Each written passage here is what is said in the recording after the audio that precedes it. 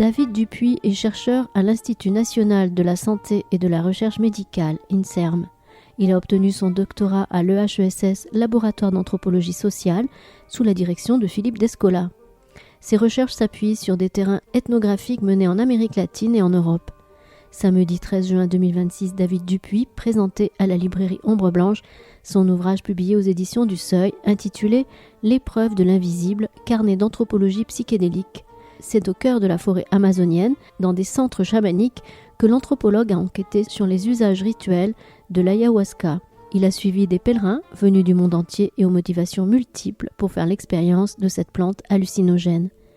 La discussion était menée par Romain Haquet, pharmacien et anthropologue, membre du bureau de la Société psychédélique française.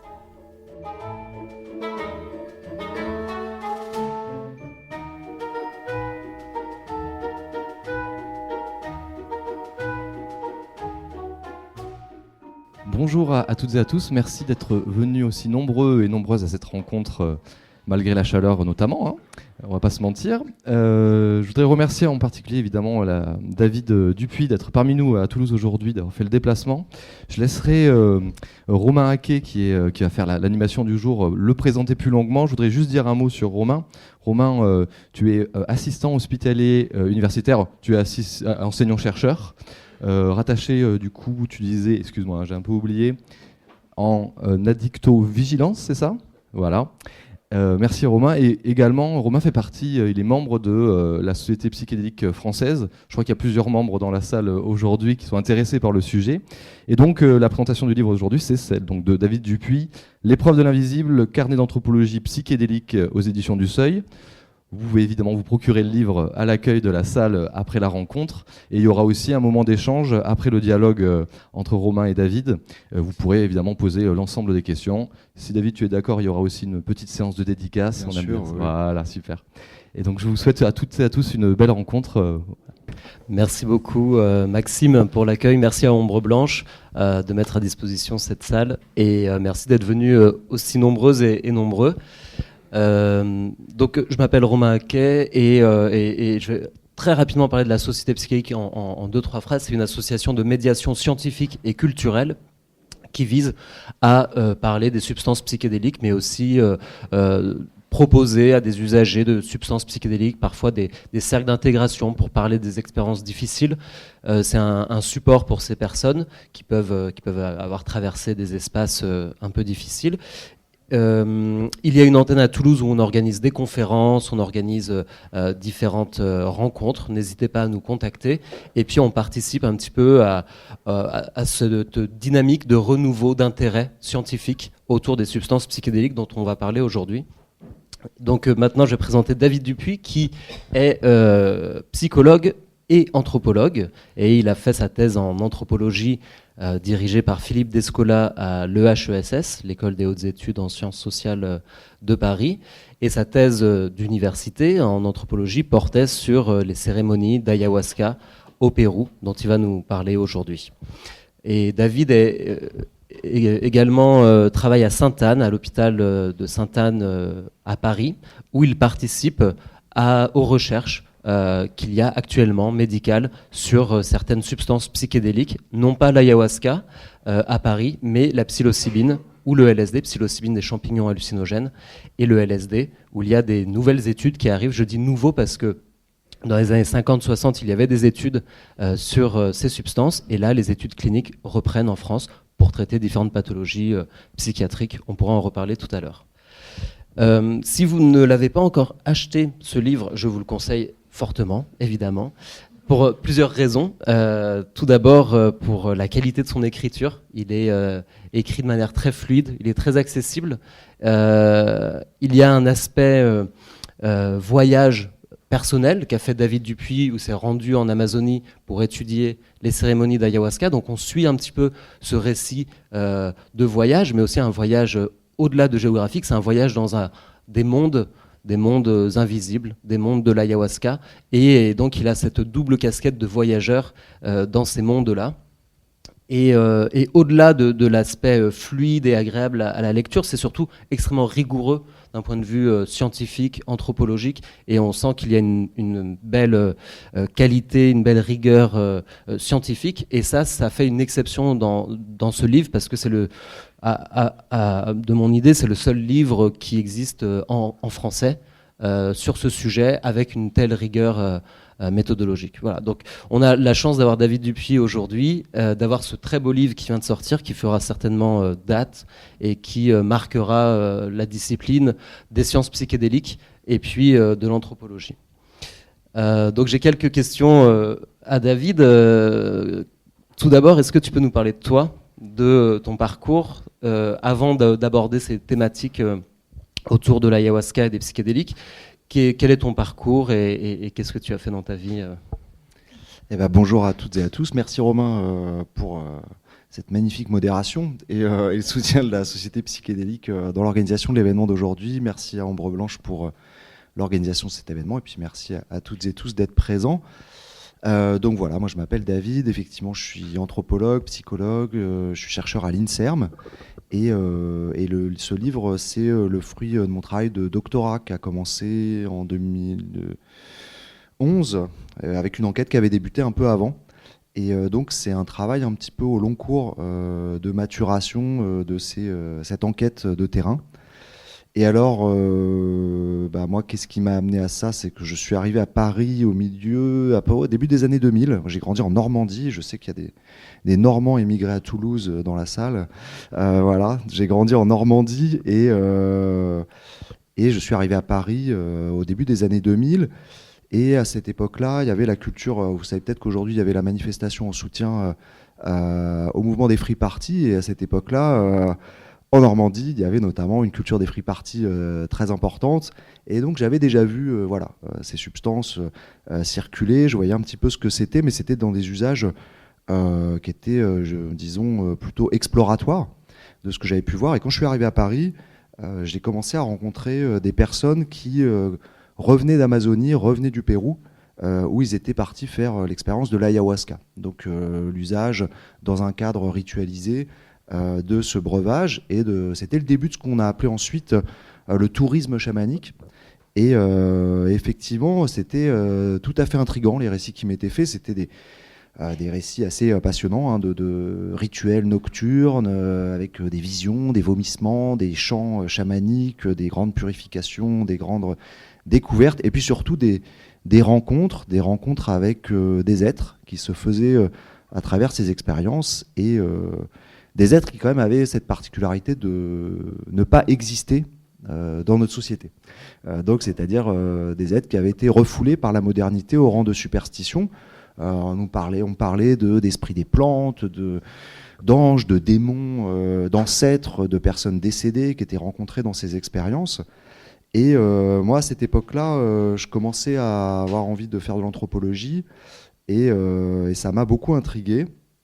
Et d'ailleurs, je me souviens que j'avais demandé à une de ces personnes qui me parlait d'avoir rencontré l'esprit de l'ayahuasca, les esprits de la forêt, etc., à Paris, donc dans un café. Donc ouais, c'est un peu exotique. Et cette personne, je lui dis à un moment, avec la naïveté que j'avais à l'époque sur ces sujets, mais toi, est-ce que tu y crois, toi, aux esprits de la forêt? Et il m'a répondu en souriant, je ne sais pas si j'y crois, mais ce qui est sûr, c'est que je les ai vus.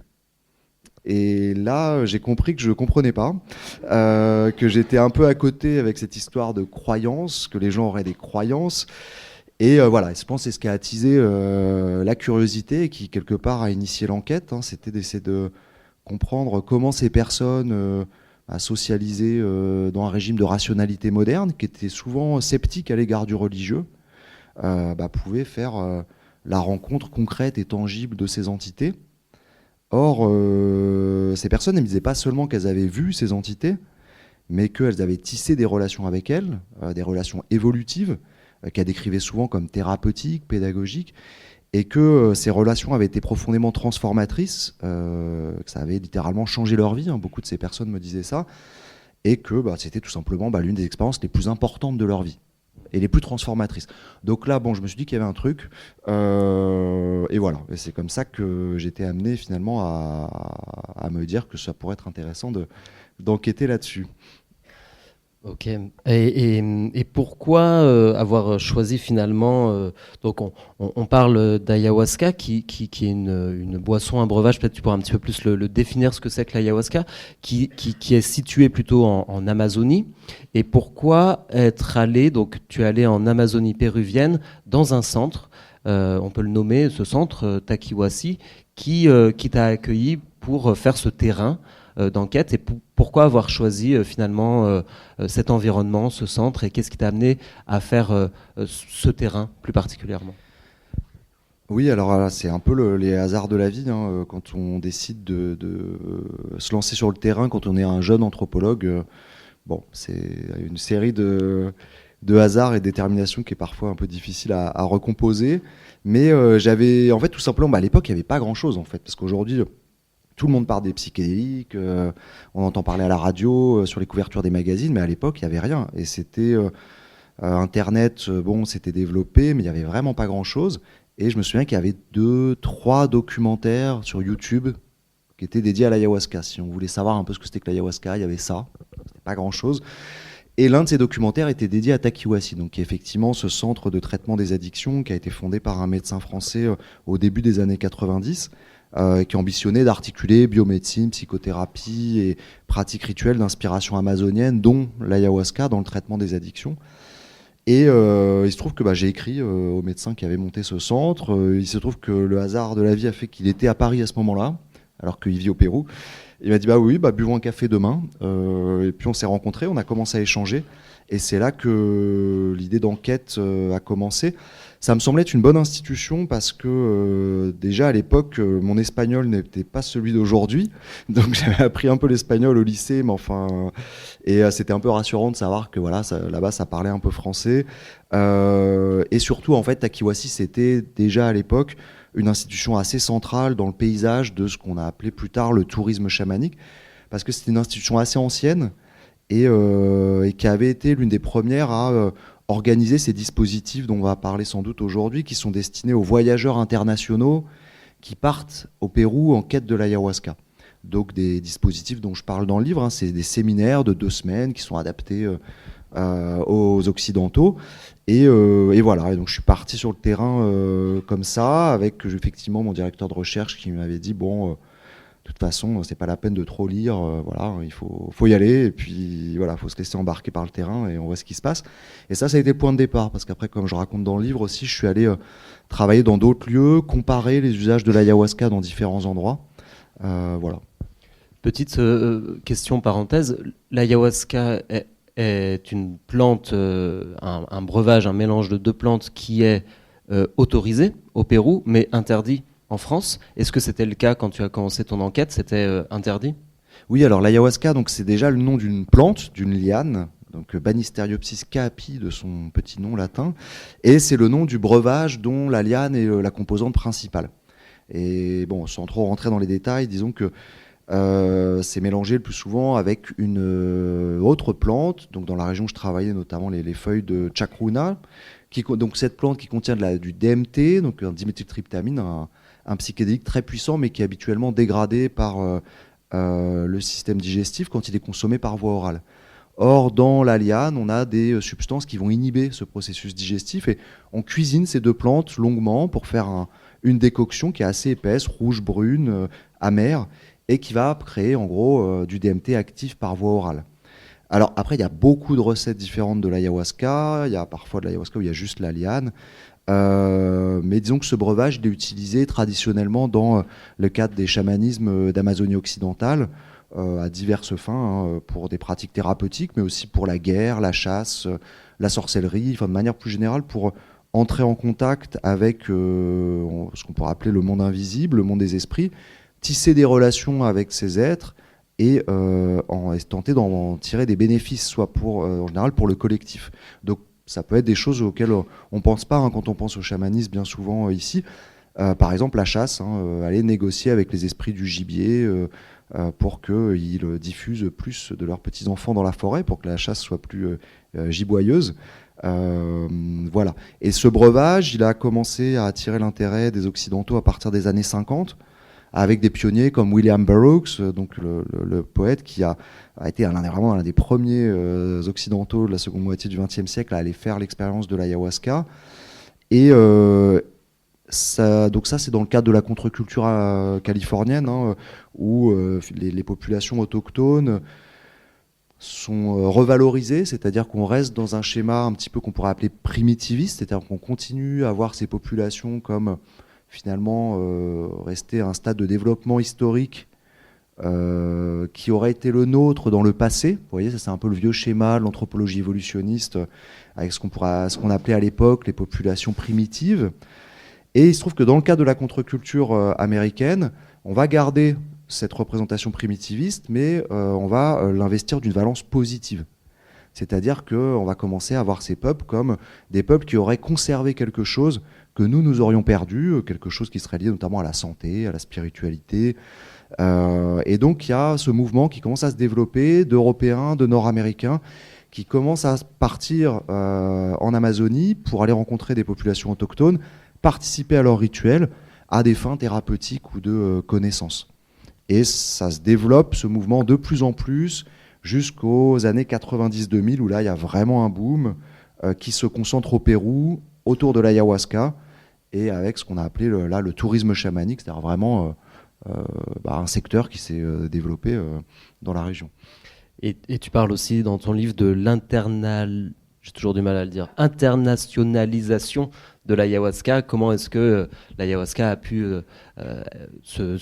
aller dans différents pays, voyager? Il y a les voyageurs qui viennent en Amazonie, mais aussi la plante finalement qui se retrouve dans nos contrées aussi, en France par exemple, où il peut y avoir des cérémonies. Mais alors, qu'est-ce qui pousse des personnes à aller prendre de l'ayahuasca, et quels ont été notamment les profils de personnes, des enquêtés, des personnes avec qui tu as pu discuter à Takiwasi? Oui, moi, le projet de l'enquête, c'était de mieux comprendre qui étaient ces personnes qui partaient à la rencontre de l'ayahuasca, qu'est-ce qu'elles cherchaient, qu'est-ce qu'elle vivait là-bas et qu'est-ce qu'elle faisait de ce qu'elle vivait là-bas lorsqu'elle revenait chez elle. Et alors globalement, ce qui est frappant, c'est que déjà, c'est pas des personnes qui viennent juste prendre une substance, vous voyez, comme on irait prendre de la MDMA ou du LSD. Il y a cette idée de rencontre avec l'ayahuasca qui est vraiment une idée très forte qui traverse la plupart des personnes que j'ai rencontrées. Donc c'est une idée un peu d'inspiration animiste, hein, cette idée que donc l'animisme, pour faire bref, voilà, c'est cette attribution d'une intériorité à des êtres non humains. On va prêter à des plantes, des animaux, éventuellement même des montagnes, des rivières, les propriétés d'une personne, donc avec une intériorité, une intentionnalité, une agentivité. Et donc l'ayahuasca, dans l'imaginaire de ceux que j'appelle les pèlerins, et c'est pour ça aussi que j'utilise la métaphore du pèlerinage, parce qu'il y a quelque chose d'assez proche, hein. On part à la rencontre d'un être dans l'espoir aussi qu'il nous sauve, qu'il nous guérisse, qu'il nous enseigne. Et donc il y a cette idée que voilà, il y a quelqu'un dans l'ayahuasca, il y a une personne qui est bien souvent décrite comme un être féminin, qui est d'ailleurs souvent décrit dans les visions comme un être serpentin, féminin, à la fois bienveillant, mais un petit peu quand même qui parfois vous donne la leçon. Et donc voilà, les personnes partent à la rencontre de l'ayahuasca. Pourquoi ? Bien souvent pour des raisons, des motifs thérapeutiques. Hein, c'est le plus gros des... c'est les motivations les plus importantes de ces pèlerins. Bien souvent, en fait, ces personnes, elles viennent soigner des choses qu'elles ne sont pas parvenues à soigner dans leur propre société. Principalement des problématiques de santé mentale, la dépression, des addictions, des troubles anxieux, des deuils non résolus, parfois des problématiques de crise existentielle, des burn-out, des crises de la vocation, etc. Et donc la venue en Amazonie, elle s'inscrit dans des parcours heurtés qui sont passés déjà par pas mal de ressources qui sont proposées dans nos sociétés, hein, la médecine, la psychothérapie. Et souvent, voilà, il y a quelque chose qui a été perçu comme insatisfaisant ou irrésolu, et donc on part en Amazonie à la recherche d'un mode de soins alternatif pour aller peut-être enfin trouver une guérison à ce qui nous trouble. Ensuite, il y a une motivation spirituelle. Ces pratiques, elles s'inscrivent aussi dans les développements des religiosités, des formes de religiosité de la modernité occidentale, hein, où on sait que les modalités de ce qu'on pourrait appeler les religiosités héritées, hein, voilà, je suis né protestant, dans une famille protestante, je suis protestant, il n'y a pas de question. Bon, on sait que ces modèles-là sont en reflux. et qu'on observe de plus en plus des religiosités individuelles qui sont construites par bricolage. On va prendre, chacun va se construire son truc, hein, en prenant un morceau de christianisme, peut-être de bouddhisme, et puis en allant aussi prendre des éléments de chamanisme. Et donc la venue en Amazonie, elle s'inscrit aussi là, dans cette perspective-là, hein, comme une recherche d'initiation au chamanisme autochtone. Et puis il y a aussi une motivation politique. Beaucoup de ces personnes me disaient qu'elles avaient la sensation de venir de sociétés qui étaient dans l'impasse, notamment dans la relation à ce qu'on appellerait ici la nature, notamment par rapport à la question de la crise environnementale. Et donc il y a cette idée d'aller au contact de populations autochtones, d'aller se découvrir des pratiques qui entretiennent une relation animiste avec la nature, avec les non-humains, pour peut-être construire une relation qui soit moins destructrice et peut-être plus constructive avec la nature. Alors bien souvent, ces motivations, elles se croisent, hein. Il y a aussi des personnes qui viennent dans une perspective de formation, des soignants qui viennent se former auprès des chamans. Et tout ça se mélange un petit peu, se croise. En tout cas, le point commun, c'est vraiment cette idée de partir à la rencontre d'un être dont on pense qu'il va pouvoir nous aider et nous apporter ce dont on a besoin. Et cet être, c'est l'ayahuasca. Merci pour ces éclaircissements. Et donc, toi, tu es parti te rendre dans ce centre à Takiwasi pour avoir des entretiens avec ces personnes. C'est l'un des outils de la méthodologie en anthropologie, c'est donc de faire des entretiens semi-directifs et pour écouter ce que les personnes, leur point de vue, ce qu'elles ont à dire. Mais tu parles aussi d'une autre forme de méthodologie qui existe en anthropologie, qui est l'observation participante. Et donc toi, tu as dû éprouver, tu as dû participer à ces cérémonies. Est-ce que tu peux nous en dire un peu plus sur cette posture peut-être un peu étrange, parce qu'on peut penser qu'une personne scientifique regarde son objet d'étude parfois de l'extérieur et reste neutre. Est-ce que tu as été touché par ce terrain et quelle a été cette approche que tu as mis au sein de ce centre ? Oui, alors effectivement, l'anthropologie, c'est une discipline qui se distingue par une méthode qui lui est propre, hein, qui s'appelle effectivement l'observation participante. Alors effectivement, ça part de l'idée que pour prétendre connaître au moins un petit peu quelque chose, il suffit pas de lire à son sujet, il faut partir là-bas, il faut passer du temps avec les personnes avec lesquelles on travaille, et puis il faut pas seulement passer du temps, il faut prendre part à ce que l'on étudie. Donc il y a cette idée que la subjectivité de l'enquêteur, le corps aussi, quelque part, est un outil d'enquête, est un outil de mesure. Alors effectivement, là, l'anthropologie, elle se distingue de la méthode expérimentale, qui au contraire va essayer d'éliminer tous les facteurs dits de subjectivité, hein, on va essayer d'établir des lois générales. En anthropologie, même s'il y a une ambition aussi quand même de déterminer des lois générales, on va s'appuyer sur la subjectivité de l'enquêteur, et on ne va pas considérer ça comme un obstacle, au contraire, on va aborder l'expérience subjective de l'enquêteur comme l'outil de l'enquête. Et c'est ce sans quoi l'enquête ne peut pas se faire. Alors il y a pas mal de raisons, hein, qui motivent cette option méthodologique. Alors d'abord, c'est la question de l'accès au terrain. On n'a pas encore parlé de l'expérience de l'ayahuasca, on va sans doute en parler, mais voilà, c'est une expérience quand même assez intense, qui souvent remue beaucoup les participantes et les participants. Si vous êtes là dans votre coin avec un carnet, voyez, à observer comme ça et à demander aux gens, alors vas-y, raconte-moi ce que tu as vécu, vous allez avoir peu de chances que les gens se livrent vraiment. Donc ce qu'on observe, c'est qu'en fait, pour que les gens se livrent, faut passer du temps avec eux, et puis faut partager une condition. Et moi, beaucoup de ces personnes me disaient d'ailleurs le lendemain des cérémonies, quand je leur demandais s'ils acceptaient de se livrer à moi, me disaient oulala, alors là hier, c'était vraiment très très spécial, mais bon, toi ça va, je sais que tu as déjà pris l'ayahuasca, donc tu vois ce que c'est, donc on peut en parler. Alors je sais pas si ça fait que je pouvais vraiment comprendre, hein, parce que souvent ils pensaient que du coup je pouvais comprendre, ça Bon, c'est difficile de savoir si on se comprend entre êtres humains, hein. Souvent il y a pas beaucoup de malentendus, même quand on croit se comprendre, mais en tout cas ce qui est sûr, c'est que manifestement c'était une condition qui faisait de moi un interlocuteur valide. Donc ça, c'est une première chose qui est quand même importante, qui permet en fait l'entretien. Et un deuxième point qui est plus important, qui est que la participation, c'est pas juste un moyen d'accéder au terrain, c'est un outil de connaissance. Et alors là, effectivement, on se distingue des sciences dont toi tu viens, des sciences plus expérimentales, où effectivement, on va accorder à la subjectivité, à l'introspection de la valeur. Donc, c'est-à-dire qu'on va considérer que nos propres expériences peuvent peut-être, dans une certaine mesure, et en suivant certaines méthodes, nous permettre de mieux comprendre ce que l'on étudie, et notamment mieux comprendre l'expérience de l'autre. Et pour vous donner un exemple, voilà, moi, il y a beaucoup de gens qui me disaient oui, l'ayahuasca, hier, l'ayahuasca m'a dit que ceci, m'a dit que cela. Bon, moi, je pensais que c'était un truc assez métaphorique. Vous voyez, les gens, ils avaient des pensées pendant qu'ils prenaient l'ayahuasca, et puis voilà. Et en fait, vous prenez l'ayahuasca, et puis vous entendez une voix. Et vous vous rendez compte qu'ah bah non, en fait, c'est vraiment, en tout cas, dans une certaine condition, vous entendez vraiment une voix qui vous parle, avec qui vous pouvez échanger, vous pouvez poser des questions, ça répond.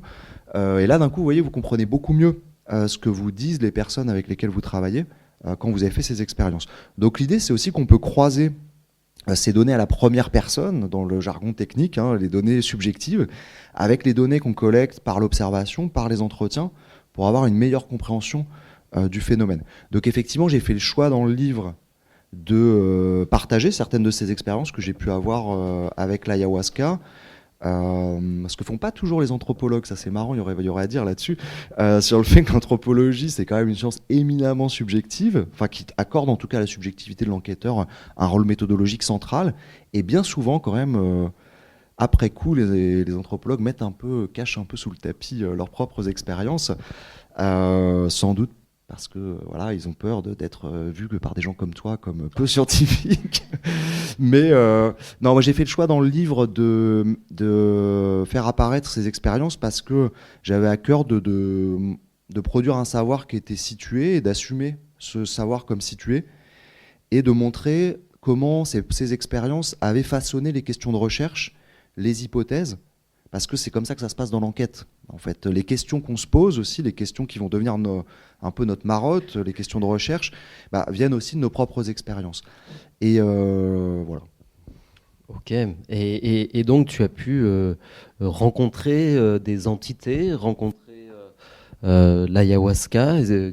Tu as pu rencontrer des mondes comme ça auxquels tu ne croyais pas, mais que finalement tu as vu au cours de tes expériences. Et même, j'étais assez étonné de voir que tu avais passé un mois tout seul avec une bouteille d'ayahuasca dans la forêt. Alors, j'étais pas exactement tout seul, c'était quand même sous supervision.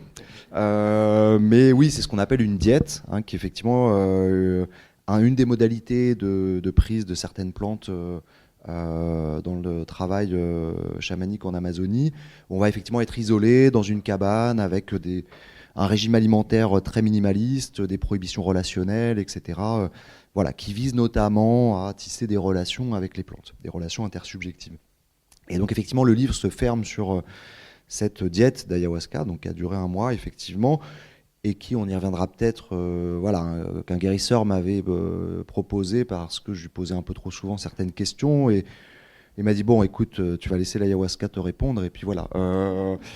Et avec cette idée, voilà, tu es venu étudier l'ayahuasca, c'est bien gentil, passe du temps avec elle. Si tu veux, faut la connaître, si tu veux, voilà. Donc, oui, je me suis prêté à l'expérience.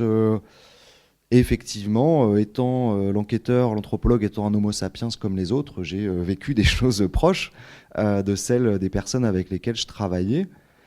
Donc, c'est vrai qu'alors, il y a ce terme visionnaire qui circule dans le livre. Souvent, les Européens, les Occidentaux vont aborder ces plantes depuis cette idée des visions. Il y a beaucoup de ces personnes qui partent là-bas à la recherche des visions. Il faut savoir que les visions, elles ne sont pas automatiques. Certaines personnes n'en auront jamais. Pour d'autres, c'est progressif. Pour d'autres, elles vont rester parcellaires. Par contre, c'est une expérience qui est très sensorielle pour tout le monde. Ça, personne n'y échappe. On sent des variations de température. On peut avoir une exacerbation des sensations, des nausées, des vomissements. Alors, pour celles et ceux qui ne connaissent pas, globalement, c'est des pratiques rituelles qui se font la nuit. On est une quinzaine dans une maloca, donc une grande construction circulaire.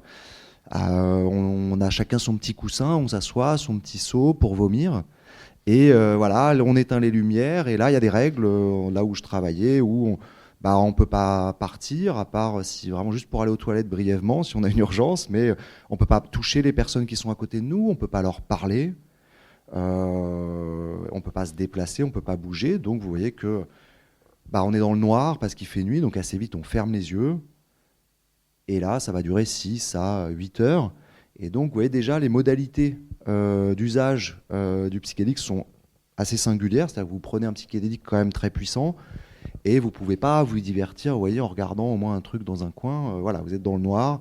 Face à vous, vous n'avez pas le droit de vous allonger, vous n'avez pas le droit de vous endormir. Donc, en gros, vous devez rester éveillé dans un contexte où les stimulations sensorielles sont quasi inexistantes. Et donc, en fait, c'est un dispositif qui a pour conséquence d'amplifier les effets du breuvage, ou en tout cas d'amplifier l'attention que vous portez aux effets du breuvage. Et là, les guérisseurs chantent. Bien souvent, ils vont chanter toute la nuit. Et alors les chants, mais aussi l'usage des parfums que font les guérisseurs va beaucoup façonner l'expérience. Et alors bien souvent, donc, ce qui se passe, donc, vous avez ces sensations qui sont très amplifiées, des effets de synesthésie. Vous pouvez observer la manière dont les chants vont éventuellement affecter les visions. Et puis, ce à quoi moi j'étais moins préparé, alors comme tous les gringos, je partais avec cette idée, je vais avoir des visions, ça va être incroyable, cette idée un peu de cinéma, bon. Et en fait, ce à quoi j'étais moins préparé, c'est que c'est très très émotionnel. Les émotions sont très amplifiées. Alors, on a beaucoup aussi d'effets de remémoration, on a beaucoup de souvenirs qui reviennent, des souvenirs qui sont liés à en général des fortes saillances émotionnelles, qui soient des souvenirs positifs ou négatifs. On a aussi ce truc d'effet un peu dissociatif où on se voit souvent de l'extérieur. Donc voilà, on peut, le temps d'une nuit, s'observer un peu de l'extérieur. On a la sensation de pouvoir observer notre fonctionnement mental, nos dynamiques relationnelles. Donc voilà, il y a souvent ce qui est rapporté par les usagers, cette impression de comprendre beaucoup de choses sur soi. Donc il y a beaucoup de personnes qui rapportent des prises de conscience. Voilà, et puis éventuellement, il va y avoir le vomissement. Qui n'est pas automatique, là encore. Et le vomissement, souvent, va être vécu pas juste comme un vomissement, vous voyez, lambda, mais comme l'expulsion d'émotions, de souvenirs, de comportements, et plutôt vécu comme une purification. Donc ça, c'est un peu le premier niveau de l'expérience, qui est souvent décrit par les personnes comme une sorte de psychothérapie fast and furious et très, très corporelle, quoi, avec un ancrage corporel très, très fort. Alors beaucoup de personnes vous disent c'est comme 10 ans de psychanalyse en une nuit. Alors bon, il y aurait beaucoup à redire. Alors peut-être en termes de volume de matériaux psychiques qui émergent, mais après, bon, il y a quand même la question de qu'est-ce qu'on fait de tout ça, la question de l'intégration, ça pose beaucoup de questions.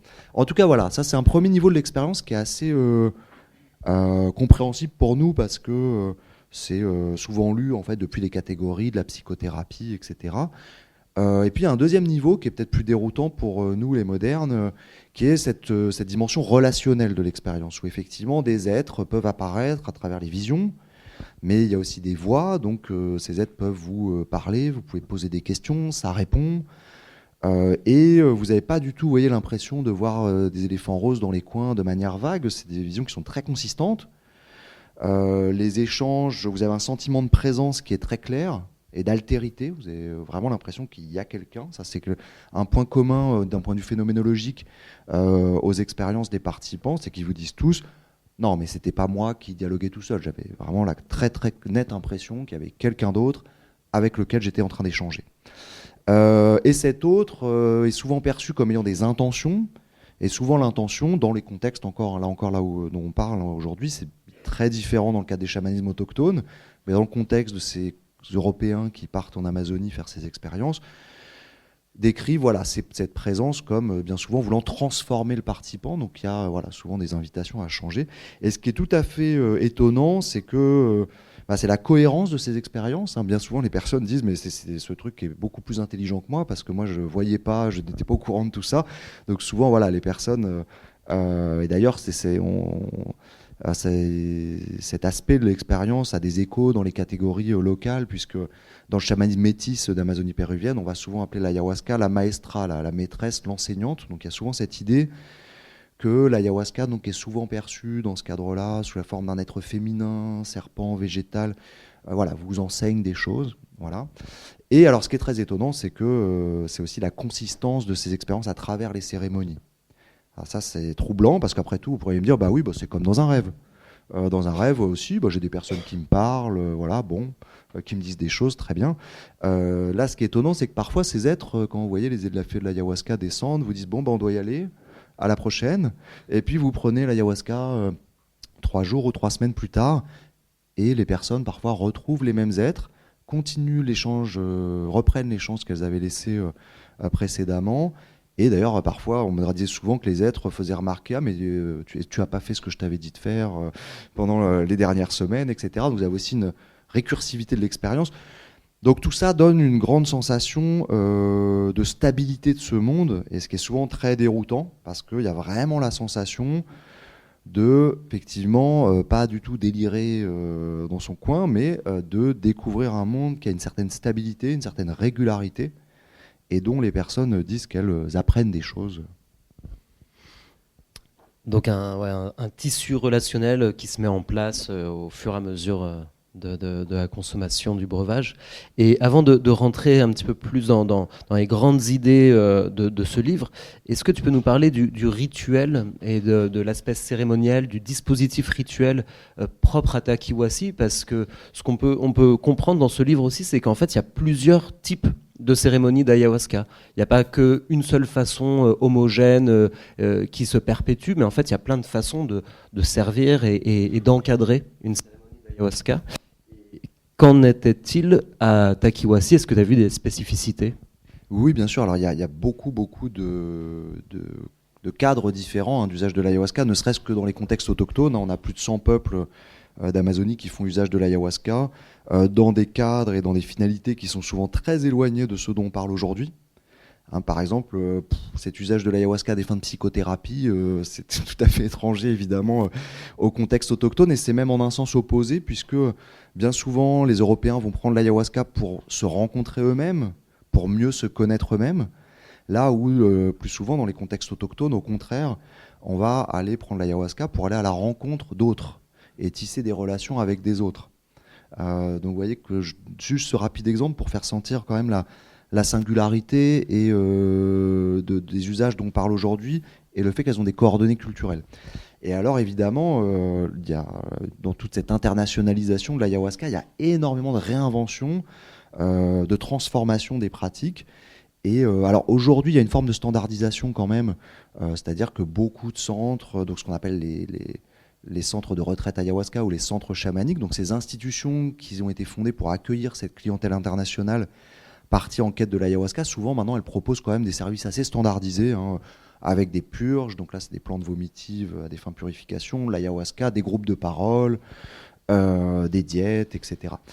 Et effectivement, alors moi ce que j'ai observé sur le terrain, moi j'étais parti un peu avec l'idée à la Descola, anthropologie de la nature, je vais m'intéresser à la façon dont les personnes tissent des relations avec le végétal, etc. Et ce qui m'a frappé sur le terrain, c'est-à-dire que j'ai vu des choses que je n'étais pas préparé, que je n'avais pas imaginé voir, notamment effectivement dans cette première institution où j'ai enquêté, des phénomènes qui étaient vécus et décrits localement comme des phénomènes de possession démoniaque. Voilà, donc des personnes qui changeaient de voix, qui devenaient incontrôlables, enfin, genre L'Exorciste, le film, quoi, mais vraiment, voilà. Et j'en ai vu pas mal. Et donc c'était quand même assez surprenant. C'est vrai que moi, je n'avais pas envisagé jusque-là l'existence de la possession démoniaque. Et donc je vais demander à l'un des guérisseurs donc de cette institution, qu'est-ce que c'est que ça Et il me dit, voilà, c'est le monde spirituel. On a un peu oublié ça en Occident, mais il y a un monde spirituel ce monde est habité. Il n'est pas habité que par de bonnes choses. Et voilà. Et ça, ce sont des démons. Et ça, l'ayahuasca nous montre le monde spirituel. Donc une hypothèse réaliste. Voilà, il existe, ces êtres existent et ils sont habituellement invisibles. Ils sont rendus visibles par l'ayahuasca. Très bien. Peut-être, ça serait. Et en fait, je découvre aussi peu à peu que le rituel dans cette institution est très fortement façonné par des influences catholiques, l'usage du crucifix, de l'eau bénite. Il y a des messes avant l'usage de l'ayahuasca, avant les rituels d'ayahuasca. Il y a des prières d'exorcisme qui sont récitées, etc. Et aussi une théorie, que les anthropologues appellent théorie étiologique, donc la théorie de la cause du mal, de la souffrance, de la maladie, qui accorde une place centrale à l'idée que des entités habituellement invisibles, de nature démoniaque, peuvent entrer dans nos corps, lorsqu'on réalise certaines infractions socio-morales, Donc par exemple, si on prend des substances psychotropes sans rituel, voilà, donc sachez-le si vous l'avez fait, ça cause des infestations, ce qu'ils appellent l'infestation. Voilà. Et en gros, je voyais qu'il y avait manifestement un lien entre les pratiques rituelles de cette institution, la manière dont on pensait l'origine de la souffrance et ce qui s'exprimait dans le rituel. Et donc, alors, le truc des anthropologues, c'est que nous, on passe du temps sur le terrain, comme je vous l'ai expliqué, l'observation participante. Puis il y a un deuxième truc que les anthropologues adorent, c'est comparer. Voilà, c'est ce qu'on appelle le comparatisme. On va aller comparer des pratiques suffisamment proches pour qu'elles soient comparables. Et en comparant, on va pouvoir faire émerger des variations et des invariants.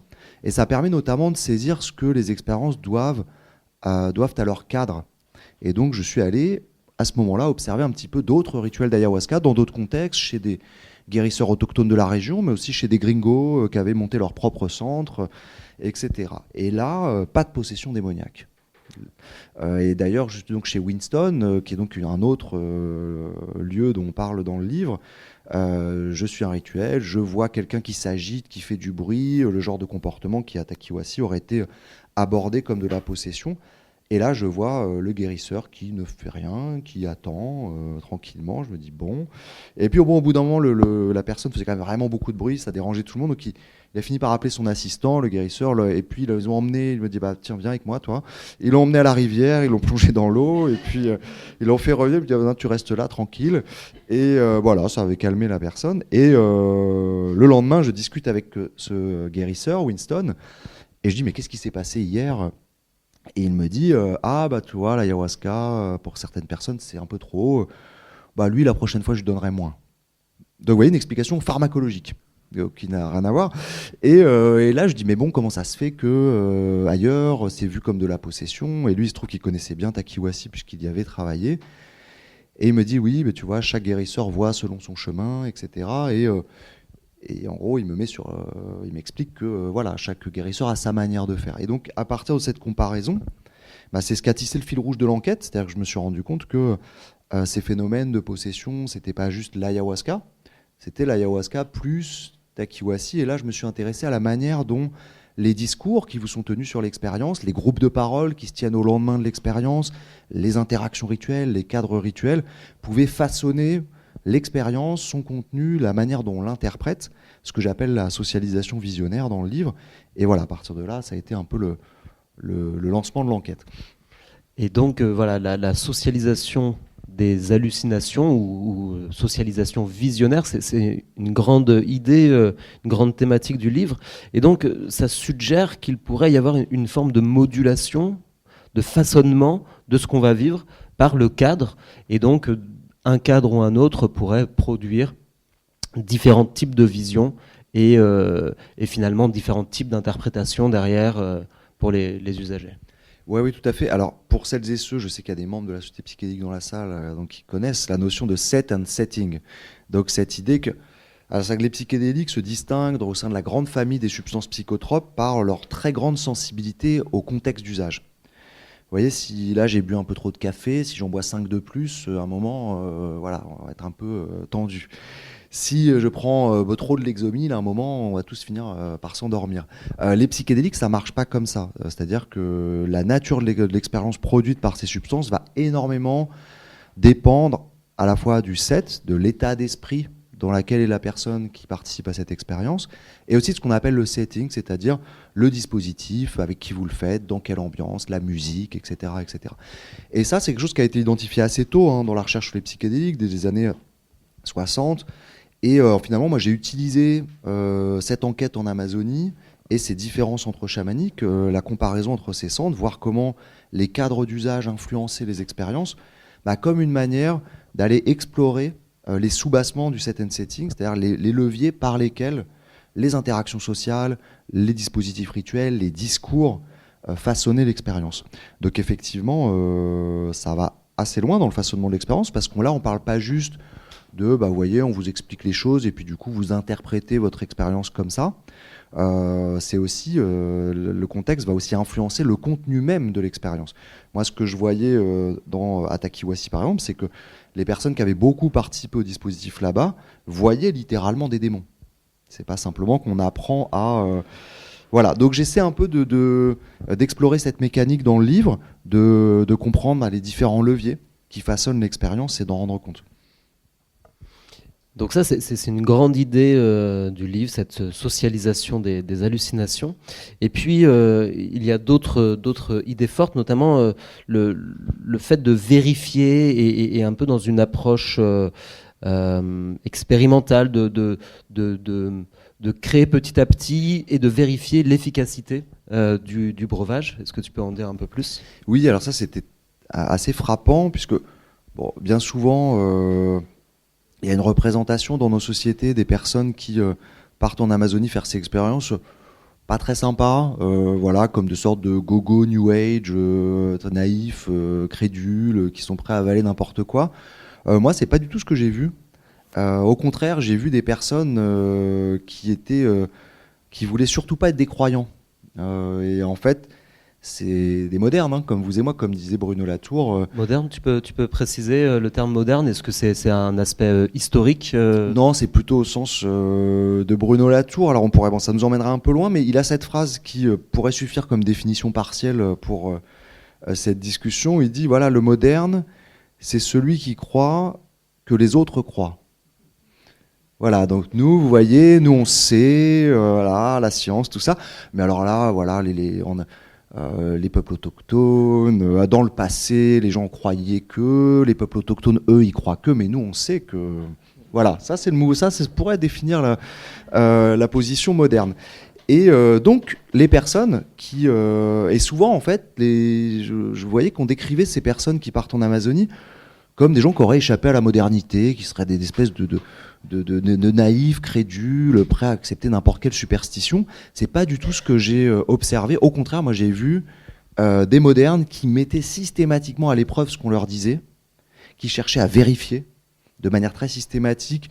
Vous voyez, quand par exemple dans les groupes de parole qui suivent une cérémonie d'ayahuasca, vous avez un guérisseur qui dit bon bah là Romain, tu as eu ça, là, moi je vois là que tu as un démon. Et en fait, c'est ça l'origine de ton problème qui t'a amené là. En fait, c'est que t'es possédé. Bon, les gens n'avalent pas ça comme ça quand même. Faut pas. Donc, voilà, les gens cherchent à vérifier quand même. Et ça, c'est très étonnant parce que ça a donné à voir une modalité d'usage de l'ayahuasca qui est quand même très singulière au moderne, où finalement, on voit les gens qui utilisent l'ayahuasca comme une sorte de dispositif de mise à l'épreuve. Et c'est aussi pour ça le titre L'épreuve de l'invisible, un dispositif de mise à l'épreuve expérimentale de l'existence de ces êtres, des démons, des esprits des plantes, etc. Et c'est d'ailleurs pour ça que, parce que l'une des grandes questions qui avait ouvert l'enquête, c'était mais comment donc des modernes peuvent-ils me dire qu'ils sont en dialogue avec des esprits des plantes ? Enfin, qu'est-ce que ça veut dire que cette affaire, puisqu'on est tous d'accord que ces choses n'existent pas dans notre monde. Et en fait, j'ai découvert que ces personnes n'avaient aucun problème à intégrer ces êtres, à rapatrier ces êtres dans leur mobilier ontologique, pour utiliser un vocabulaire un peu technique, de moderne, parce que tout simplement, ils n'avaient pas du tout la sensation de croire à quoi que ce soit. Ils avaient vérifié dans l'ayahuasca qu'effectivement, oui, l'esprit de l'ayahuasca est là, je l'ai vu, j'ai échangé avec, et voilà. Donc ils avaient cette disposition de mise à l'épreuve, de vérification, qui fait qu'ils pouvaient assez tranquillement, finalement, sans sentir d'effraction par rapport à leurs conditions de moderne, intégrer ces êtres dans leur monde. Et alors justement, tu as parlé d'ontologie. Est-ce que tu peux le définir un petit peu ? Qu'est-ce que l'ontologie et en quoi, quelle est la nature finalement de ces êtres ? Est-ce que les enquêtés considéraient ces êtres comme des entités qui leur préexistent, qui ont une agentivité, une intentionnalité, une intelligence réelle, ou une représentation de leur propre psyché, par exemple ? Alors ça, c'est tout à fait passionnant parce que finalement, il y a une grande variation, une grande flexibilité dans la manière d'aborder ces êtres. Alors, qu'est-ce que ça veut dire ? Ça veut dire que, en fait, bien souvent, les personnes, quand on est là, parce que si on fait, par exemple, alors voilà, ça c'est une critique anthropologique des disciplines, aussi de certaines de la psychologie, etc. Par exemple, les questionnaires. Quand on demande aux gens, alors voilà, cochez telle case, cochez telle case. Alors vous avez des réponses, mais en fait, quand on passe beaucoup de temps avec les gens, qu'on vit avec eux, eh ben, on commence à rentrer dans la complexité. Et on se rend compte que des personnes qui vous disent que oui, ils ont vu l'ayahuasca, qu'ils sont en relation avec l'ayahuasca, bah, en fait, oui, en un certain sens, pour eux, ils ont découvert qu'il y avait quelqu'un dans la plante, qu'il y avait bien une personne dans la plante, donc quelque part une inférence animiste. Et en même temps, cette expérience était peut-être une projection psychologique et ils ne ressentaient pas forcément la nécessité de trancher. Donc ça, c'était quelque chose de très intéressant, c'est qu'on voyait des sortes d'hybridation ontologiques. On voyait des modernes qui comprenaient, comme vous et moi, tout à fait bien cette histoire de propriété psychopharmacologique de l'ayahuasca. Ils pouvaient tout à fait vous dire, bah oui, bien sûr, c'est la DMT, l'effet de la DMT sur le cerveau, etc., etc. Mais aussi, en même temps, penser que dans une autre perspective, il y a ces êtres qui sont là, avec lesquels j'ai des relations, qui sont actives, etc. Donc c'est ce que j'ai appelé dans le livre des ontologies chimériques, où effectivement, on voit des modernes développer partiellement une relation au monde animiste, tout en restant dans une certaine mesure fidèle aux standards épistémologiques de la modernité. Donc des choses assez hybrides qu'on n'observe pas que autour de l'ayahuasca. Je pense notamment aux travaux de Fanny Charras sur le magnétisme, où elle montre comment la modernité se branche sur d'autres ontologies, c'est-à-dire d'autres manières d'habiter le monde, de se représenter le monde. Et ça, c'était tout à fait passionnant. Et tu ouvres un petit peu, tu finis le livre avec cette question au sein de ton épilogue. Peut-être la question qui est tout du long, mais quelle est la source, quel est le contenu de ces visions et est-ce réel, est-ce quelque chose qui n'est que pure hallucination, ou est-ce qu'il y a quelque chose de réel dans ce qu'on voit? Question éminemment épineuse et presque impossible à répondre. Mais je trouve que tu as très bien ouvert. Et peut-être peux-tu nous parler aussi de ces différents niveaux peut-être d'hallucination, de vision, d'effet, et comment est-ce que toi, ça t'a questionné cet aspect du réel ou de l'hallucination? Oui, alors c'est quand même, quand les personnes font ces rencontres, c'est une transformation assez profonde quand même, parce que on arrive avec une conception du soi moderne, avec voilà, je suis qui je suis, c'est clos, c'est unifié, et on passe à une conception du soi plurielle, perméable, où en fait ces personnes vont commencer à peut-être considérer que certaines de ce qu'elles auraient catégorisé précédemment comme leurs propres intentions, leurs propres désirs, leurs propres émotions, elles vont commencer à le voir par exemple comme le fait de l'action d'agents malveillants. Typiquement, l'addiction, voilà, ça marche bien avec l'addiction. À la fois j'ai envie d'arrêter de fumer, pourtant je fume. Ça y est, j'ai compris, c'est parce que en fait moi j'ai envie d'arrêter de fumer, mais il y a quelque chose en moi qui n'est pas moi, et que d'ailleurs j'ai vu dans l'ayahuasca, qui me pousse à fumer. Et donc beaucoup de ces personnes vont par exemple développer ce type de relation à eux-mêmes, à se dire en fait je suis pas tout seul, je suis habité, traversé, influencé par des êtres habituellement invisibles. Alors là je donne un exemple plutôt d'influence malveillante, mais on a aussi évidemment des influences positives, donc beaucoup de ces personnes vont continuer à sentir l'influence, le soutien d'ancêtres, de personnes décédées, de l'ayahuasca, de jaguars, dans leur vie, voilà, au quotidien, qui vont leur donner des conseils, les soutenir, etc. Donc c'est vraiment une transformation très profonde de se concevoir soi-même, de concevoir le monde et aussi d'habiter le monde. Ça, c'est quand même assez important, et ce qui évidemment, vous vous en doutez, pose quelques petites frictions au retour. Parce que quand vous revenez en France et que vous dites à vos proches qui vous demandent comment s'est passé le voyage en Amazonie, et que vous dites je me suis rendu compte qu'en fait dans les plantes, il y a des gens qui veulent nous aider, qui nous enseignent des choses, qui nous soignent. Et puis en fait, je me suis rendu compte que mes problèmes venaient du fait que j'avais des démons, etc. Voilà, vous pouvez imaginer qu'en France, le retour social n'est pas forcément extrêmement soutenant. Donc le dernier chapitre du livre porte là-dessus d'ailleurs, ce qui s'appelle Revenir, où j'essaie un peu de rendre compte de la manière dont les personnes négocient dans ces translations entre les mondes qui ont émergé au cours de l'expérience amazonienne, et comment on fait tenir ces mondes ici. Voilà, il y a beaucoup de variations. Et alors effectivement, dans ces expériences, il y a la question, voilà, évidemment la question à $1 million que tout le monde se pose, c'est est-ce que ces êtres sont réels ou pas, ou est-ce que ce sont des projections culturelles, psychologiques? Alors effectivement, moi-même, j'ai été traversé par cette question. Alors j'ai essayé d'esquiver autant que possible en tant qu'ethnographe, à me dire non, non, mais moi j'observe, voilà, je suis là pour essayer de comprendre les choses. Mais bon, effectivement, la répétition de l'expérience et les propriétés singulières de l'expérience dont on a parlé aujourd'hui font qu'au bout d'un moment, la question devient quand même un peu difficile à esquiver. Et c'est effectivement face à cette question que ce guérisseur m'a dit, bah, tu sais, je lui ai posé, semble-t-il, une fois de trop cette question. Il m'a dit, bon, bah là, tu sais, tu vas aller diéter l'ayahuasca, puis ça va te répondre à tes questions, tu vois, voilà. Bon, et effectivement, c'était assez intéressant parce que quand je posais cette question à Winston, donc ce guérisseur autochtone de la région, mais est-ce que pour toi, ce que tu appelles les esprits, ça existe vraiment il répondait jamais. Il se foutait de moi, il rigolait, il faisait des blagues. Et donc au début, je me disais, bon, bah, c'est un autochtone. En plus, il a été élevé par son grand-père qui était lui-même guérisseur. Bon, bah, pour lui, c'était évident. Ces êtres, ils existent et puis c'est tout. Ils sont là. Et en fait, plus j'échangeais avec lui, notamment au cours de cette diète, plus je comprenais que c'était sans doute plus compliqué, plus intéressant que ça. C'est-à-dire que, d'ailleurs, je lui repose la question pendant la diète et à un moment, il me dit, mais toi, avec tes questions, tu vas finir par te rendre fou. Et d'ailleurs, c'est pour ça que l'épilogue s'appelle, intitulé La question qui rend fou. Et où je voyais qu'il m'invitait à sortir de cette question et que finalement, c'était pas parce que, comme je l'avais pensé, pour lui, c'était évident que ça existe, mais plutôt qu'en fait, cette question ne faisait pas sens pour lui. Et d'ailleurs, j'ai remarqué à ce moment-là que lui, il n'utilisait jamais les catégories de réel et d'imaginaire. Et en fait, ça m'a ramené à mes propres catégories, à me rendre compte que finalement, en fait, j'abordais comme un moderne ces expériences à l'aune de l'épistémologie réaliste, hein, qui nous contraint un petit peu à décider face à un phénomène, est-ce que c'est réel ou imaginaire, et que lui, vraiment, cette question semblait ne pas du tout le traverser.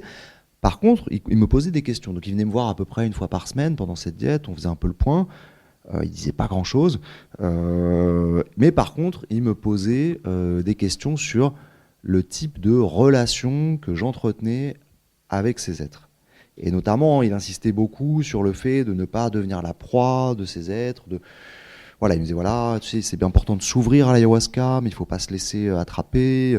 Voilà, beaucoup de métaphores de chasse, où il ne faut pas devenir la proie, de cavalier, où il faut guider la monture. Et finalement, il m'a ramené à quelque chose qui était la question de la nature de la relation qu'on entretient à ces êtres. Ce qui m'a permis de sortir de cette question un peu qui rend fou, effectivement, de est-ce que ces êtres existent ou pas, pour m'intéresser à des questions beaucoup plus utiles, du type qu'est-ce que ces relations te font et qu'est-ce que tu en fais. Et beaucoup de ces personnes qui font ces voyages, finalement, elles arrivent à cette conclusion elles-mêmes. Si vous les interrogez, et finalement, est-ce que l'ayahuasca est vraiment un être autonome qui existerait sur un autre plan d'existence, ou est-ce que finalement tout ça, ça n'est que des projections psychologiques, elles ont vu ce dont elles avaient besoin? Finalement, c'est pas une question si intéressante que ça, pour la plupart des gens. Et ce qui compte, c'est surtout qu'est-ce que ces expériences transforment dans leur vie, qu'est-ce qu'elles en font, et qu'est-ce que ça leur fait. Tu l'as mentionné, l'impact du rituel est assez fort sur le contenu visionnaire, et il y a parfois donc une possibilité d'inflécher, d'influencer l'expérience, de l'amener là où les encadrants peuvent avoir envie de l'amener. Ça peut ouvrir à certains questionnements, notamment les risques d'emprise, les risques de manipulation psychique. Et est-ce que tu as vu des aspects potentiellement dangereux? Parce qu'il y a plusieurs récits qui peuvent mentionner parfois des abus sexuels, des abus de pouvoir qui peuvent avoir lieu au sein des cérémonies.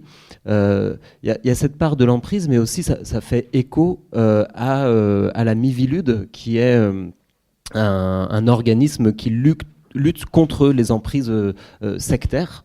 Et il me semble que tu as été contacté par la Miviludes. Non, c'est plutôt l'inverse, c'est plutôt moi qui les ai contactés. Oui, effectivement, alors l'ayahuasca, quand j'ai commencé l'enquête, venait d'être classé au tableau des stupéfiants français, venait d'apparaître dans les rapports de la Miviludes comme outil potentiellement utilisé par certains groupes à des fins de dérive sectaire. Donc le terrain était assez explosif. Politiquement, ce que j'avais largement sous-estimé en commençant l'enquête avec la fougue de la jeunesse.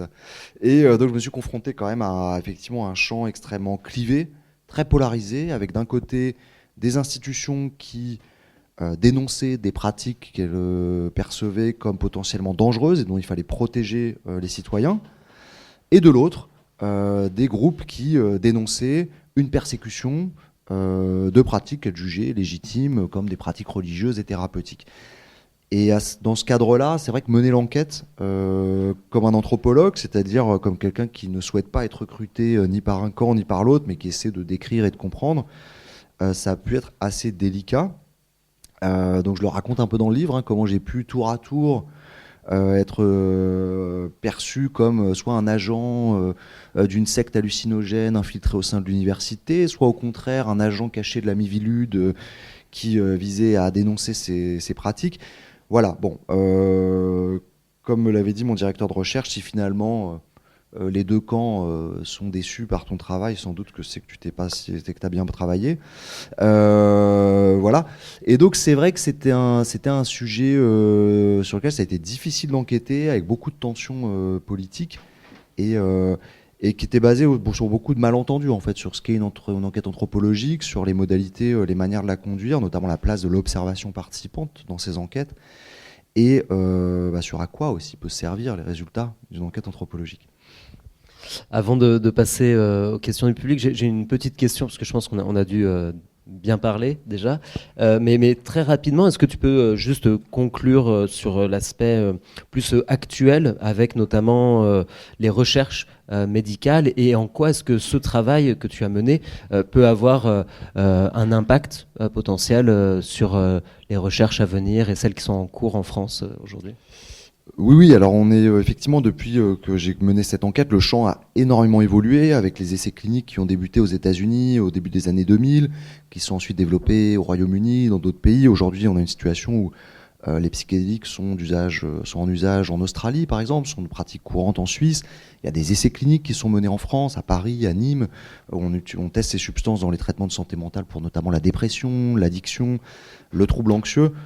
Donc effectivement, il y a ce qu'on appelle la médicalisation des psychédéliques qui est en cours, c'est-à-dire que ces substances, qui restent aujourd'hui des stupéfiants prohibés, sont en train de devenir des candidats à être la prochaine génération de traitements de santé mentale, dans un contexte où on a quand même peu de traitements de santé mentale qui sont disponibles, des traitements qui ont une efficacité quand même relative. On a un bon tiers des personnes qui souffrent de dépression qui sont dites résistantes aux traitements actuels. Donc il y a beaucoup d'espoirs qui sont placés dans ces substances, et avec des essais cliniques qui effectivement se multiplient, et avec sans doute la FDA américaine qui va se prononcer sur l'autorisation d'un traitement avec la psilocybine, le principe actif des champignons hallucinogènes, dans le traitement de la dépression dans quelques temps. Vous avez peut-être entendu parler de l'intervention de Donald Trump il y a quelques semaines, qui a décidé d'accélérer les essais cliniques sur ces substances. Donc le paysage est en train de se transformer rapidement.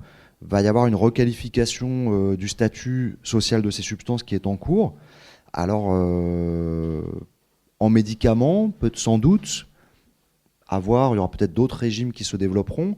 En tout cas, il me semble que oui, il y a beaucoup à apprendre de ces pratiques autochtones pour notamment la question du maniement de ces substances, puisque les populations autochtones utilisent ces substances dans des cadres rituels qui sont très élaborés et qui vont justement donner une grande attention au contexte d'administration. Donc, typiquement, les personnes, quand on prend l'ayahuasca, on voit l'importance des chants, des parfums. Donc, il y a tout un maniement des facteurs extra-pharmacologiques, contextuels, qui a beaucoup d'influence sur l'expérience. Ça semble beaucoup à apprendre, mais il ne faut pas oublier non plus que ces populations ne sont pas des réservoirs comme ça de connaissances et de choses qu'on pourrait s'approprier. Voilà, il y a quand même la question, ça pose aussi beaucoup de questions. Les enjeux d'appropriation culturelle. Voilà. Merci beaucoup, David, pour Merci Merci pour votre attention. Est-ce que vous avez des questions ?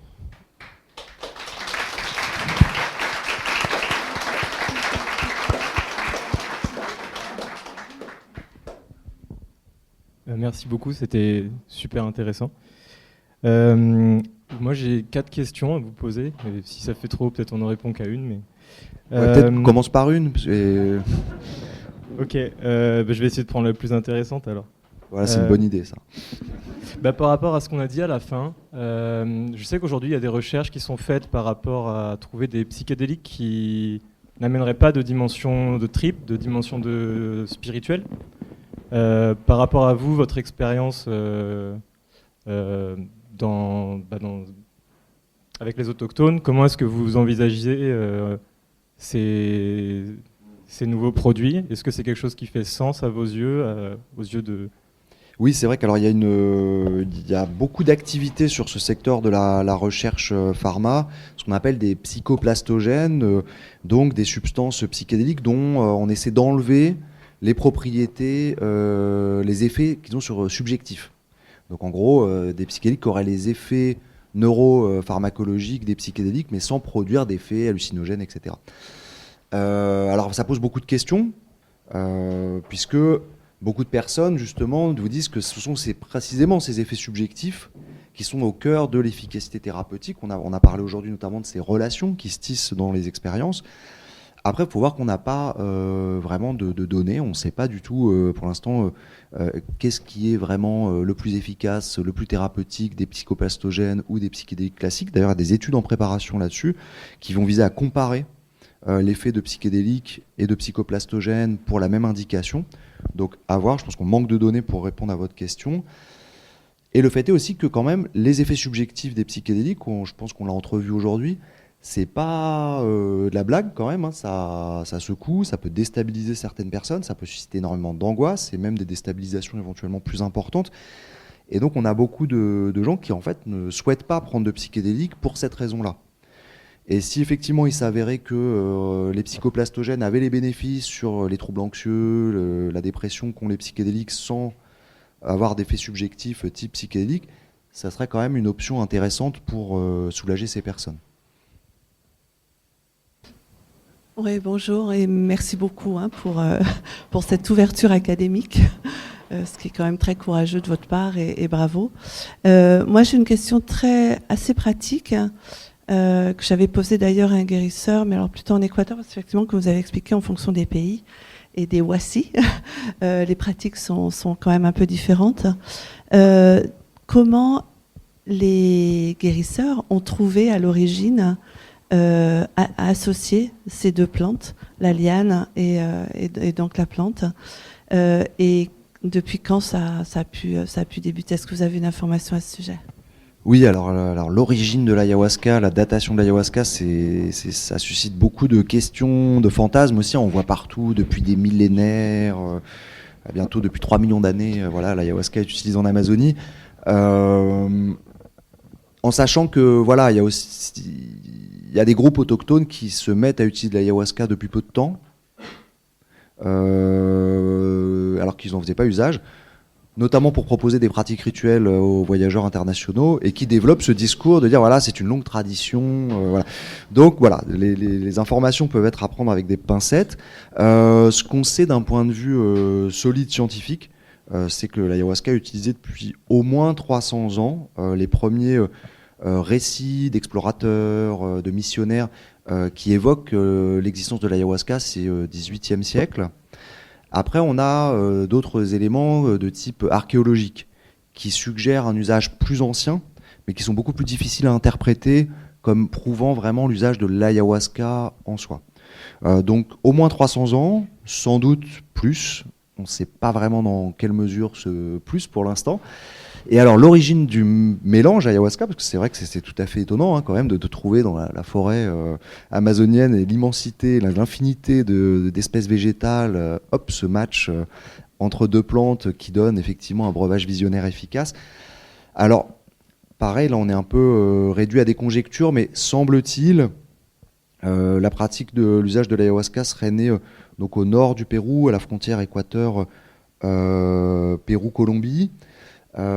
Et sans doute que la liane aurait été utilisée dans un premier temps et que ce mélange aurait été découvert dans une des pratiques de mélange de plantes médicinales qui était une pratique courante.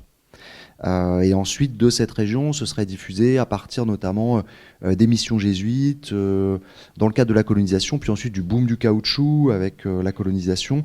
Et donc, en fait, la diffusion de l'ayahuasca en Amazonie occidentale, elle est peut-être assez récente, et elle est peut-être paradoxalement liée à la colonisation. Voilà, ça c'est une des hypothèses qui circulent en ce moment. Voilà, mais on est effectivement réduit plutôt à des conjectures. Bon, j'ai demandé l'autorisation. Ça marche ? J'ai demandé l'autorisation de faire un témoignage simplement. Il y a 25 ans que je pratique l'ayahuasca, avec un arrêt au moment du Covid.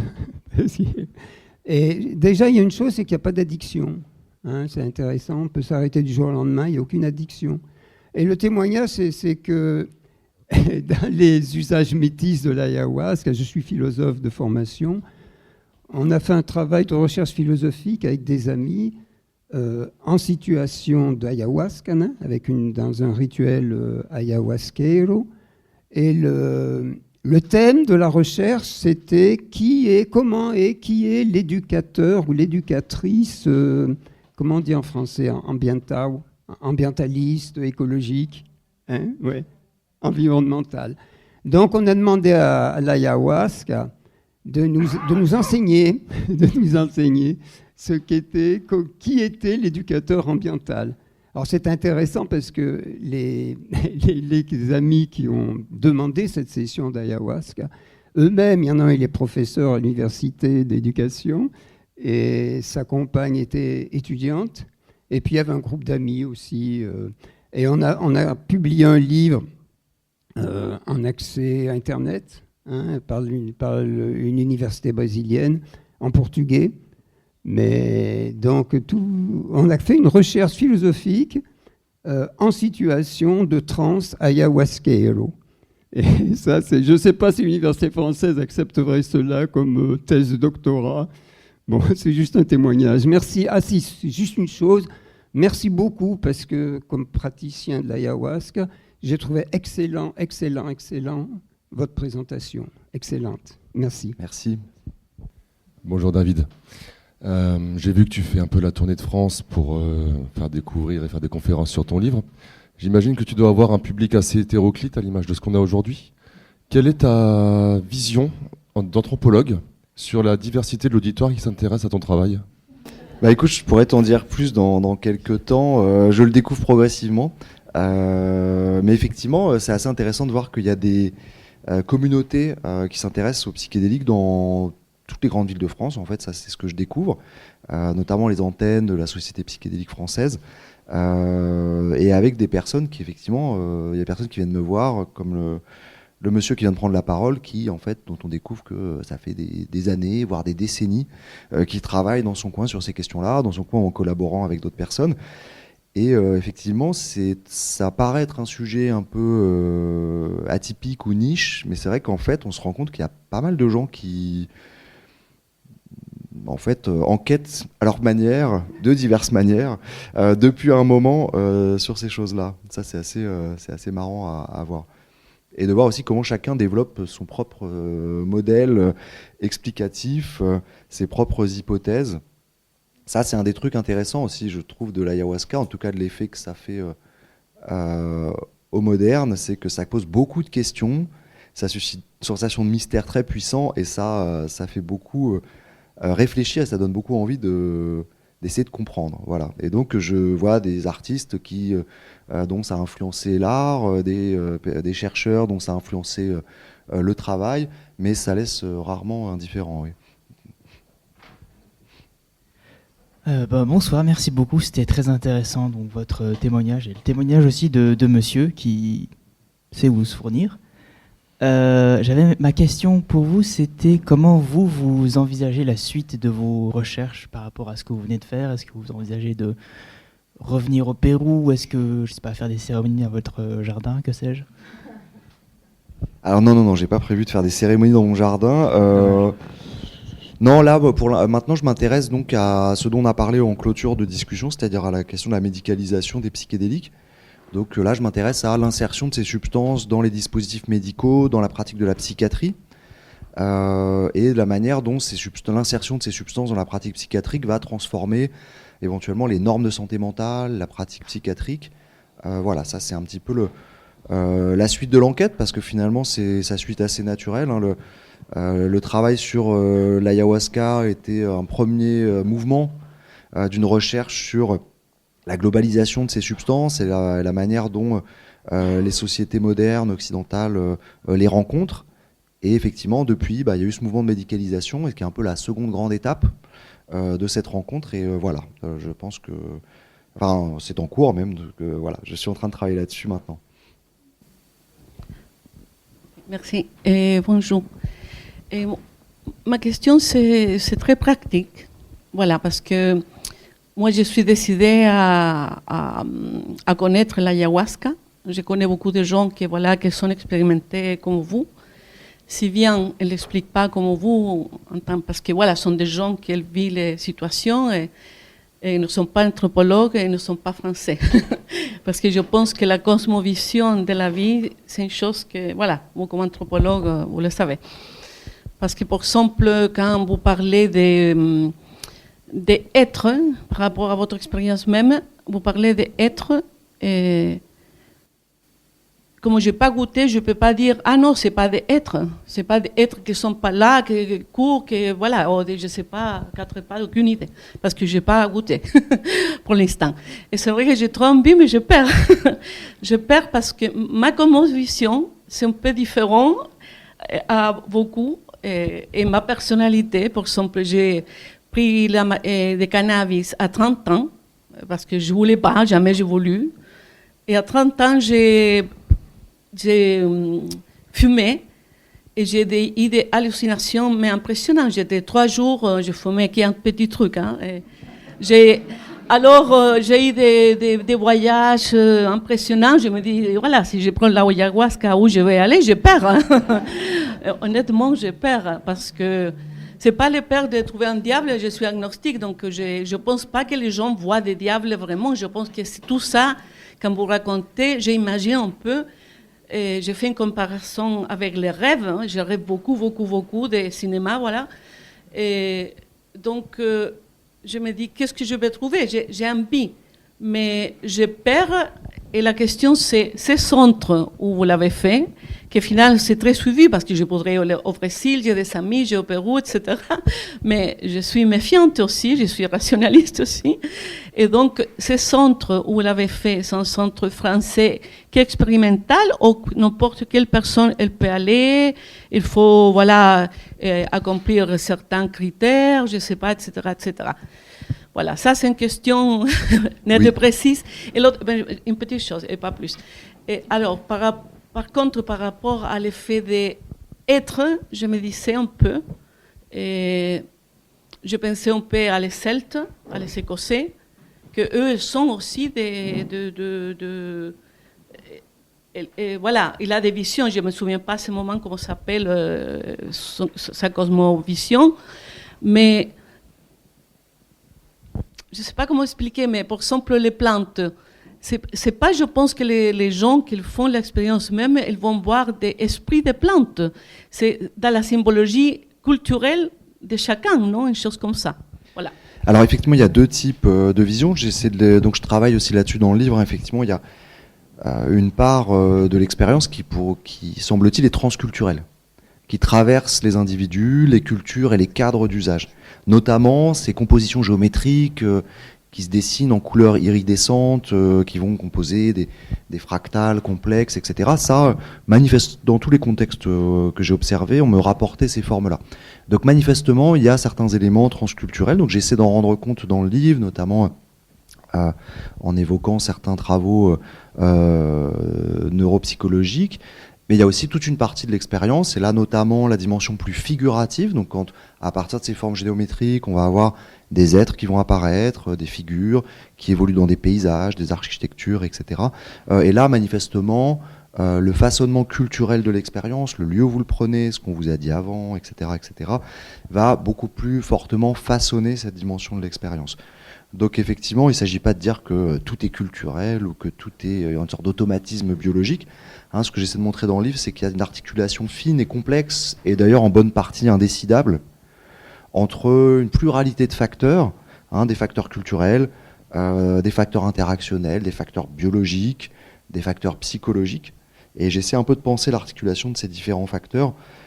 Et à un moment dans le livre, vous verrez, je suis bien obligé de reconnaître que on rentre dans un espace un peu d'indécidabilité, un autre mot difficile à dire, où ça devient difficile de faire le tri entre qu'est-ce qui influence quoi. Voilà.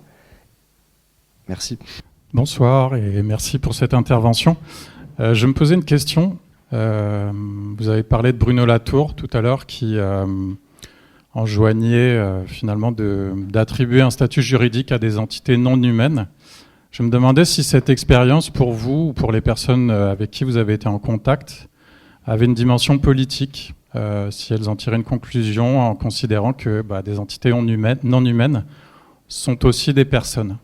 Voilà. Oui, alors ça c'est une question très intéressante parce qu'effectivement il y a cette transformation du monde dont on a parlé où les personnes vont développer effectivement des inférences partiellement animistes, où notamment elles vont avoir développé des relations intersubjectives avec une plante, l'ayahuasca, mais ça peut être aussi d'autres plantes, les plantes qui sont utilisées dans les diètes par exemple. Et donc ça pose effectivement des questions de est-ce que finalement jusqu'où ça transforme la relation que les personnes entretiennent avec les êtres non humains. Et d'ailleurs il y a beaucoup d'espoir dans cette direction. Là j'étais à la Breaking Convention juste avant le Covid, donc il y a une grande messe de la recherche psychédélique qui se tient au Royaume-Uni.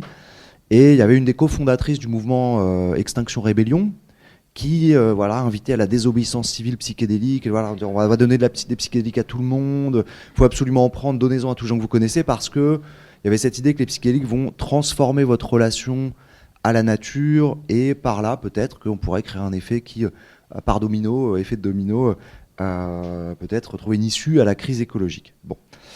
Alors ça, je pense que malheureusement parce qu'effectivement on est un peu tous confrontés à l'incapacité collective de résoudre l'épineuse question de notre impact sur l'environnement. Malheureusement, je crois que j'ai vu un peu trop de choses qui servent de contre-exemple pour pouvoir suivre cet enthousiasme. Et c'est tout à fait frappant de voir la manière dont, par exemple, les personnes qui font ces voyages, à la fois elles peuvent avoir développé des relations animistes à certaines plantes, mais ça s'exprime pas. Et donc ça peut s'exprimer au niveau du déclaratif, de comment elles peuvent dire que la place qu'elles accordent à la nature dans leur vie, par exemple. Mais moi, j'ai pas observé, parce qu'il y a aussi le fait que j'observe, je suis certaines de ces personnes depuis plus de 10 ans, j'ai pas observé d'impact majeur, par exemple, sur l'adoption de comportements pro-environnementaux majeurs. D'ailleurs, ces personnes souvent continuent à prendre l'avion pour aller au Pérou, pour aller prendre l'ayahuasca. Donc voilà, ça pose des questions sur effectivement des expériences intimes, comment elles s'expriment dans notre quotidien. Voilà. Vous avez décrit l'entité comme plutôt féminine. Je me demandais, c'est peut-être un peu bête, mais c'est vrai pour les hommes, pour les femmes. Est-ce que c'est pour les femmes, ça serait non mais est-ce que ça pourrait être dans le culturel quelque chose qui a une liaison? Alors cette féminisation de l'ayahuasca, c'est pas du tout pan-amazonien, c'est pas du tout partout comme ça. Mais effectivement, dans cette culture d'usagers européens de l'ayahuasca, il y a vraiment cette idée d'ayahuasca comme esprit féminin. Et d'ailleurs, c'est effectivement, ça s'exprime comme tel bien souvent dans les expériences. Beaucoup de personnes me rapportaient la rencontre avec un être féminin. Alors j'aborde un peu cette question dans le livre, d'où ça vient cette histoire, l'ayahuasca est une femme, et en fait c'est assez récent, c'est pas partout le cas dans les populations autochtones, mais en tout cas oui, dans les groupes avec lesquels je travaille, c'était très marqué dans cette direction-là, et effectivement invariablement pour les hommes et les femmes. Oui. Bon, mais je pense qu'on peut applaudir chaleureusement David et Romain. Merci beaucoup.